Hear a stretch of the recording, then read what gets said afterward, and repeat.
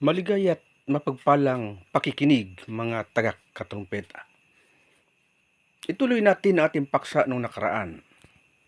Paano ba natin matatagpuan ang kaharian ng Diyos na ito'y pinahahanap man sang-ayon sa ating teksto nung nakaraan sa Mateo 6:33. Ito po ang sinasabi ng ating Panginoong Jesucristo para hindi po tayo mag-alinlangan. Sang-ayon po sa sulat ni Juan sa Pahayag 22:16. Ganito ang salita. Akong si Jesus ang nagsugo sa aking anghel upang ang mga bagay na ito'y ipahayag sa inyo na nasa mga iglesia. Ako'y mula sa angka ni David. Ako ang maningning na bituin sa umaga.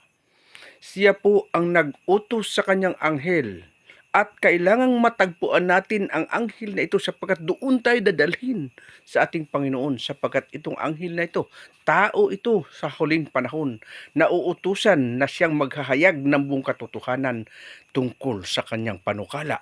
At sang-ayon pa po sa Juan na siyang sasabihin ng anghel na binabanggit dito ay ganito po ang nakasaad sa Juan 14:26 mga giliw kong tagapakinig. Ngunit ang tagapagtanggol, ang Espiritu Santo na isusugo ng Ama sa pangalan ko, ang siyang magtuturo sa inyo ng lahat ng bagay at magpaalaala ng lahat ng sinasabi ko sa inyo.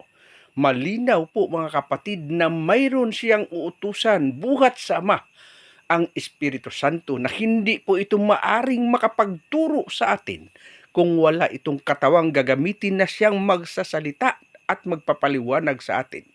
Kaya yung ating mga mananampalataya na si Jesucristo ang hinihintay, pakinggan po ninyo ang paksang ito kung nararapat ba o ito ang ating hahanapin, ang kanyang isusugo sapagkat ito ang magtuturo sa lahat ng bagay. At ano naman ang kanyang ituturo? Ito po'y napakalinaw dito po sa paksa natin sa Juan 16:7-9. Subalit dapat niyong malaman ang katotohanan. Mayroon pong katotohanan dito. Ang pag-alis ko'y sa ikabubuti niyo, nakakabuti po palang umalis siya sapagkat hindi paparito sa inyo ang tagapagtanggol kung hindi ako alis. Ngunit kung wala na ako, isusugo ko siya sa inyo. Tunhayan po natin mga katrupa sa sunod na kabanata at alamin natin anong gawain ng anghel na isusugo ni Jesucristo sa ngalan ng Ama. Pagpatuloy natin at dito lang nyo malalaman ang mga lihim na panukala ng Diyos. Tunhayan at subaybayan. Maraming salamat mga katropa.